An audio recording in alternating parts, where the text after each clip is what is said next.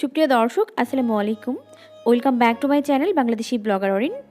আজকের পর্বে আমি আপনাদেরকে 1 কাপ গুঁড়া দুধ দিয়ে পারফেক্ট বেবি সুইট তৈরি করে দেখাবো। যারা বড় মিষ্টি তৈরি করতে ঝামেলা মনে করেন তারা চাইলে প্রথমে এইভাবে ছোট মিষ্টি তৈরি করে দেখতে পারেন। আশা করি আমার রেসিপিটি ফুল ওয়াচ করলে আপনাদের মিষ্টিও একদম পারফেক্ট হবে। আর এই মিষ্টি কিন্তু জর্দা পোলাও থেকে শুরু করে বিভিন্ন ডেকোরেশনের জন্য ব্যবহার করা হয়ে থাকে। আশা করি বরাবরের মতোই আমার আজকের রেসিপি আপনাদের কাছে সহজ এবং ভালো লাগবে। বেবি সুইট তৈরি করার জন্য প্রথমে একটি মিক্সিং বোলের মধ্যে নিয়ে নিব 1 কাপ গুঁড়া দুধ। আর দুধটি অবশ্যই ফুল ক্রিম মিল্ক পাউডার হতে হবে। দুধ কেনার সময় অবশ্যই প্যাকেটের গায়ে ফুল ক্রিম মিল্ক পাউডার কথাটা দেখে তারপর নেবেন, কারণ ফুল ক্রিম মিল্ক পাউডার ছাড়া কিন্তু এই মিষ্টি কখনোই ভালো হবে না। এখন এর মধ্যে বাকি উপকরণগুলোকে অ্যাড করে দিব।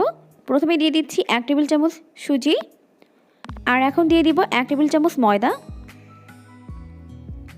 এখন এর মধ্যে দিয়ে দিব হাফ চামচ বেকিং পাউডার। আর বেকিং পাউডারের পরিমাপ কিন্তু অবশ্যই ঠিক রাখবেন। বেশি দিয়ে ফেললে কিন্তু দেখা যাবে যে মিষ্টিগুলো ভাজার সময় বেশি ফুলে যাবে, তারপর আবার চুপসে যাবে, আর ওই মিষ্টি কিন্তু কখনোই ভালো হবে না। তো এখন আমি এগুলোকে খুব ভালো মতো মিক্স করে নিচ্ছি।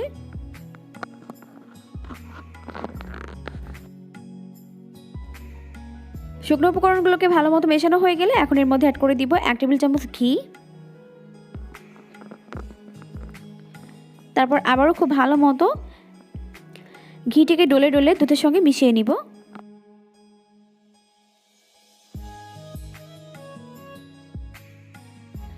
ভালো মতো মেশানো হয়ে গেলে এখানে আমি একটি ডিম খুব ভালো মতো ফেটিয়ে নিয়েছি।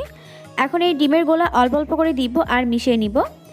আপনারা চাইলে এখানে ডিমের পরিবর্তে লিকুইড দুধ জাল করে রুমের স্বাভাবিক তাপমাত্রায় এনে ওটাকেও ব্যবহার করতে পারেন, একই প্রসেস।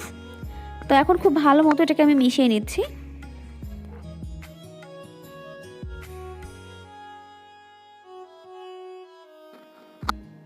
আর এই ডো কিন্তু অনেকটা স্টিকি আর এরকম আঠালো হবে। তো ডোটিকে মাখতে যেয়ে যদি এরকম দেখেন হাতের সঙ্গে লেগে যাচ্ছে, তখন কিন্তু এটাকে ড্রাই করে ফেলতে যাবেন না, তাহলে কিন্তু মিষ্টি কখনোই পারফেক্ট হবে না। এই ডোটি এরকমই স্টিকি হবে। যখন আমি এটাকে 3-4 মিনিটের জন্য একটু রেস্টে রেখে দিব, তখন কিন্তু এটা আর হাতের সঙ্গে আঠালোভাবে লেগে যাবে না, এটা ভালো মতো তখন সেট হয়ে যাবে।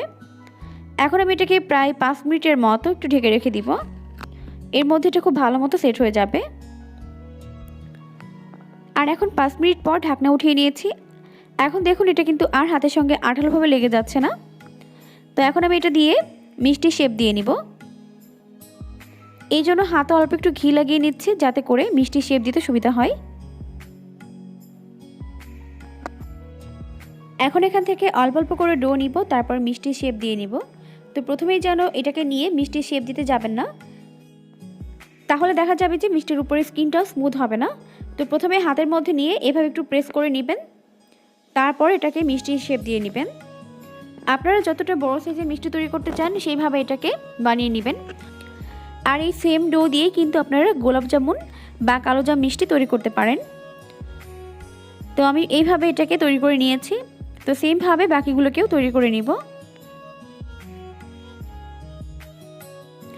তো সবগুলো মিষ্টি সেমভাবে তৈরি করে নিয়েছি। এখন এগুলোকে ভাজতে চলে যাচ্ছি।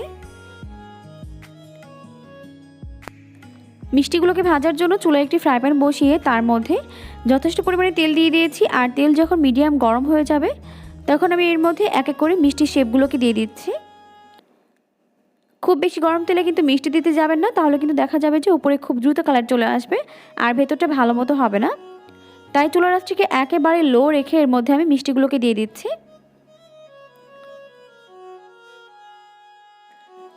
আর এই মিষ্টি ভাজার ক্ষেত্রে অবশ্যই আপনাকে সাবধানতা অবলম্বন করতে হবে। খুব বেশি আঁচে বা খুব বেশি গরম তেলে কিন্তু মিষ্টিগুলোকে দিলে মিষ্টিগুলোর উপরে কালার চলে আসবে, তবে ভেতরটা ভালো মতো হবে না। আবার মিষ্টিতে খুব বেশি কালার চলে আসলে কিন্তু মিষ্টির কালারটিও নষ্ট হয়ে যাবে।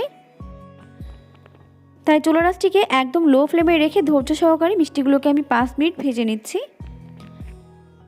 এখন আলতোভাবে একটু নাড়িয়ে দিচ্ছি, যদিও নাড়ানোর প্রয়োজন নেই, কারণ মিষ্টিগুলো কিন্তু এমনিতেই ঘুরে ঘুরে ভাজা হয়ে যাবে দুই পাশ। লো আঁচে ভাজতে ভাজতে দেখা যাবে এক পর্যায়ে মিষ্টিগুলো এরকম সুন্দরভাবে ফুলতে শুরু করেছে। তখন আমি চুলার আঁচটিকে লো থেকে মিডিয়াম ফ্লেমে করে দিব। এখন আমি মিডিয়াম ফ্লেমে মিষ্টিগুলোকে ভেজে নিব ততক্ষণ পর্যন্ত যতক্ষণ না পর্যন্ত সুন্দর একটি কালার চলে আসে। আমি এই মিষ্টিগুলোকে দুটি কালার করব, এই জন্য যখন মিষ্টিগুলো প্রথম পর্যায়ে এরকম গোলাপ জামুনের কালার চলে আসবে তখন আমি এখান থেকে কিছু মিষ্টি উঠিয়ে নিব।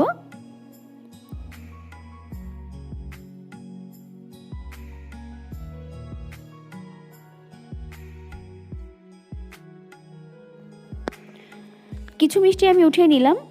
এখন বাকি মিষ্টিগুলোকে আমি কালো জামের মতো কালচে কালার করে ভেজে নিব। এখন মিষ্টির মধ্যে এরকম একটি কালচে কালার চলে এসেছে। এখন এগুলোকে আমি তেল থেকে উঠিয়ে নিচ্ছি ভালো মতো তেল ঝরিয়ে।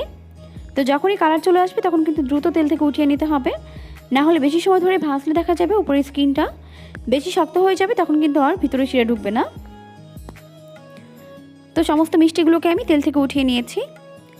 এখন আমি মিষ্টিগুলোকে একটু মিডিয়াম ঠান্ডা করে নিব, কারণ অনেক সময় দেখা যায় গরম মিষ্টি গরম শিরায় দিলে চুপসে যেতে পারে। এখন আমি মিষ্টিগুলোকে একটু মিডিয়াম ঠান্ডা করে নিব, আর এদিকে আমি মিষ্টির জন্য শিরা তৈরি করে নিচ্ছি। মিষ্টি শিরা তৈরির জন্য প্রথমে একটি চুলায় পাত্র বসিয়ে দিয়েছি, আর এখন এর মধ্যে দিয়ে দিচ্ছি 1.5 কাপ চিনি, আর এর মধ্যে দিয়ে দিচ্ছি 3 কাপ পানি।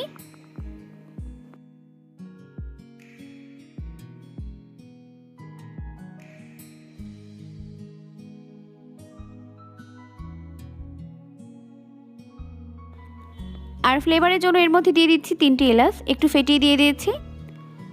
এখন আমি এটাকে জাল করে 2-1টি বলক উঠিয়ে নিব, তবে জাল করে খুব বেশি ঘন করে ফেলার প্রয়োজন নেই। তো জাল করতে করতে যখন শিরাটি এরকম ফুটতে শুরু করবে ওই পর্যায়ে আমি এর মধ্যে মিষ্টিগুলোকে দিয়ে দিচ্ছি।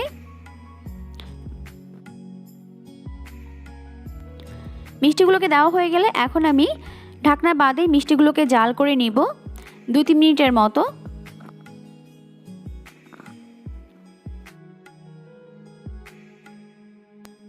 2-3 মিনিট জাল করার পর এখন আমি ঢাকনা লাগিয়ে এটাকে জাল করব 10 মিনিট। আর এই 10 মিনিটের মধ্যে কিন্তু ঢাকনা খোলা যাবে না, তাহলে কিন্তু মিষ্টিগুলো চুপসে যেতে পারে।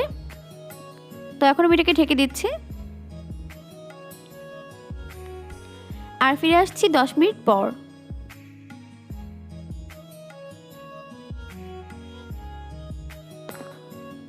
টোটালি 10 মিনিট জাল করার পর এখন আমার মিষ্টিগুলো কিন্তু ভালো মতো শিরা খেয়ে অনেকটাই ফুলে গেছে।